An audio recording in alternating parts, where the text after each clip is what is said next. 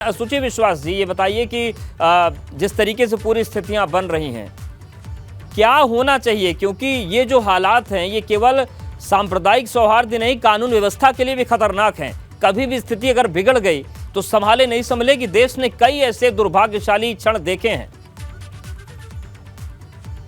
बहुत दुखद है। स्वामी प्रसाद जी के बयान की जितनी निंदा की जाए कम है। और मुझे तो लगता है कि भारतीय जनता पार्टी में उनकी पुत्री संघमित्रा मौर्य जी भी हैं। एक खंडन न केवल भाजपा प्रवक्ता बल्कि भाजपा के सांसद और अनुशासित कार्यकर्ता होने के नाम पर अपने पिता के लिए ही दो शब्द उन्हें व्यक्त करने चाहिए, कम से कम नैतिक जिम्मेदारी है। दूसरी ओर मैं अनिला सिंह जी की बात से सहमत हूँ। भारतीय जनता पार्टी ने ऐसा कटुता, वैमनस्यता, नकारात्मकता और सांप्रदायिकता का माहौल पूरे देश में कर दिया है कि हर कोई सार्वजनिक जीवन और संवैधानिक पद से जुड़ा व्यक्ति इस बात का ठेका लेके बैठा है कि कैसे कोई नकारात्मक बयान दो। धर्म आधारित ये भाई अपना खुद का सुपरमार्केट बना के महीने का 10 लाख कमा रहे हैं। हाँ, सिर्फ पैसे वाले नहीं, आप भी कर सकते हैं। फ्रीडम ऐप को अभी डाउनलोड कीजिए। बात कहो और उसके बाद सारी लाइमलाइट और टीआरपी और पुतला दहन से लेकर अपनी राजनीति को सुरक्षित करो। तो ऐसे लोगों में मुझे लगता है कि नैतिकता का बहुत अभाव है। धर्म और संस्कृति पर किसी का ठेका नहीं है, किसी का एकाधिकार नहीं है। और महात्मा गांधी जी के अंतिम शब्द हे राम थे। हमारी ही संस्कृति में राम राम है। अनिला जी तो भी राम राम खुद कहती है। और जब अंत होता है तो राम नाम सत्य है।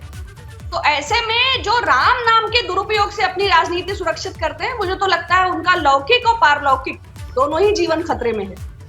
तो दुखद है और ऐसे बयानों की घोर निंदा करनी चाहिए। ये समाज को भी दूषित करते हैं, घृणा और कटुता में भी इजाफा करते हैं। और अगर इतना ही बोलने का शौक है श्रीमंत स्वामी प्रसाद मौर्य जी को, मुझे लगता है कि दो शब्द बोलने चाहिए। अभी तो ब्रजभूषण शरण का चैप्टर खत्म है, लेकिन क्या जो इन्वेस्टर्स समिट के नाम पर तमाम फर्जीवाड़ा है, कानून की अव्यवस्था है, बिल्कुल उस पर भी आएंगे। स्वामी चक्रपाणी महाराज जी हमारे साथ जुड़ गए हैं। चक्रपाणी जी, ये जो ट्रेंड चल रहा है, अब हर कोई ट्रेंड की बात कर रहा है, कोई एक बयान नहीं रहा।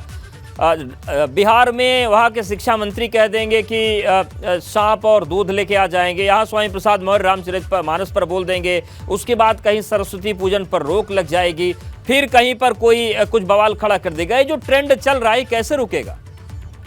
देखिए, यह लोग हताशा में है। जिस प्रकार से ये राजनीतिक रूप से हाशिए पे विपक्ष आ चुकी है, उसी का ये कहीं ना कहीं परिणाम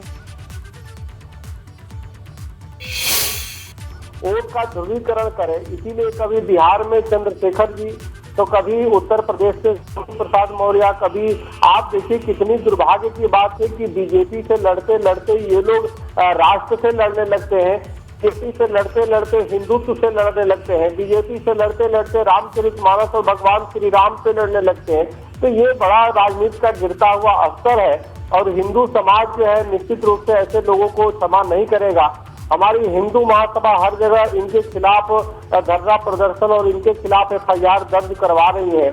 और लखनऊ में भी हुआ है, हमारे ग्वालियर में भी हुआ है, हमारे तमिलनाडु में भी, हर जगह हुआ है। तो निश्चित रूप से सबसे बड़ी बात यह है कि आप देखिए कि इनके पार्टी के जो मुखिया वो कार्रवाई नहीं करते, जिसकी वजह से इस प्रकार की बातें आ रही है बार बार। और इनका तो स्वामी प्रसाद मौर्य का तो चरित्र रहा है, कभी गौरी गणेश जी की पूजा न करने का वो करेंगे कि पूजा मत करो, विरोध करेंगे गौरी गणेश जी का। कभी अब देखिए श्री रामचरितमानस पे इन्होंने टिप्पणी किया। तो ये इनकी बददिमागी है, ये बहुत ही घृणित है और राजनीति का गिरता इनका स्तर है कि किस प्रकार के संकीर्ण मानसिकता के लोग हैं कि जिस देश में है वहाँ के बहुसंख्यक वर्ग को किस प्रकार से अपमानित कर रहे हैं, हिंदू समाज को किस प्रकार से प्रताड़ित कर रहे हैं, किस प्रकार से उनको हर उनके धर्म ग्रंथों पे टिप्पणी कर रहे हैं। बाकी इनकी हिम्मत नहीं कि किसी और दूसरे मजाक। बिल्कुल, ये सिलसिला रुक नहीं रहा है। स्वामी चक्रपाणी जी और आचार्य सत्येंद्र दास जी भी हमारे साथ जुड़ गए हैं, मुख्य पुजारी हैं श्री रामलला के। आचार्य जी, ये जो पूरी तस्वीर और परिस्थिति बन रही है, राम राज्य की बात आप लोग करते हैं, राम के प्रति सम्मान करता है पूरा देश, और इस मामले में कोई दल और नेता की बात नहीं, सब ये बात मान रहे हैं।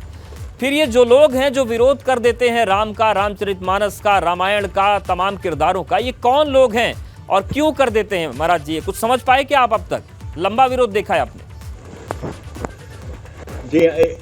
जी, ऐसा है कि हमारे यहाँ पुनर्जन्म होता है, दूसरा जन्म। तो भगवान राम लंका में जा करके जिन राक्षसों को मारे, जिनकी कुछ लोगों की मुक्ति हो गई, कुछ लोगों की जो मुक्ति नहीं हुई है वही भारत में पैदा हुए हैं। जो लोग राम का विरोध कर रहे हैं वो सब पूर्व जन्म के राक्षस हैं और राक्षस अब मनुष्य रूप में आ गए हैं।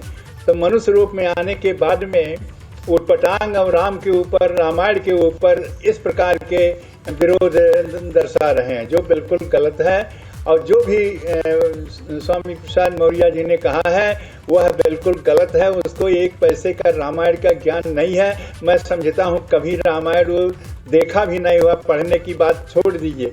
ऐसी स्थिति में उसको क्या कहा जाए, जो रामायण जैसे ग्रंथ, पवित्र ग्रंथ, जिसके भगवान राम जब वनवास जाने लगे हैं तो जिन लोग मिले हैं उनके, चाहे वो केवट हो, चाहे मल्लाह हो, चाहे गिरवासी हो, चाहे वनवासी हो, चाहे बानर हो, चाहे भालू हो, सबको गले लगा करके चलने वाले भगवान राम का चरित्र उसमें है।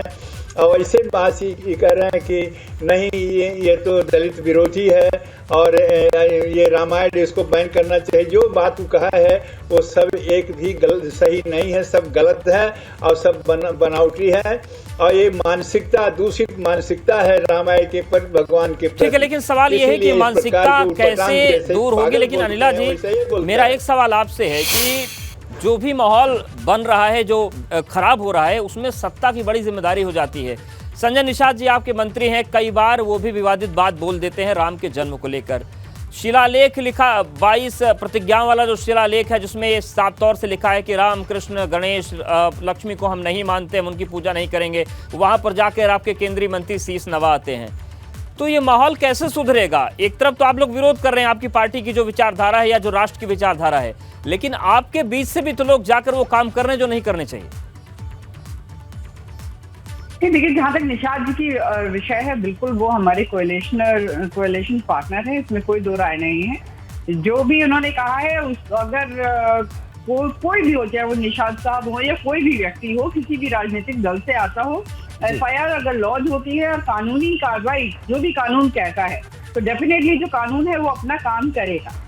क्योंकि आस्था के साथ नहीं खिलवाड़ करना चाहिए, आस्था को हमें राजनीति से परे रखना चाहिए, बिल्कुल परे रखना चाहिए। ये भाई अपना खुद का सुपरमार्केट बना के महीने का 10 लाख कमा रहे हैं। हाँ, सिर्फ पैसे वाले नहीं, आप भी कर सकते हैं।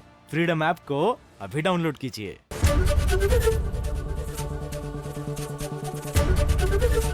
ABP गंगा, खबर आपकी, जुबान आपकी।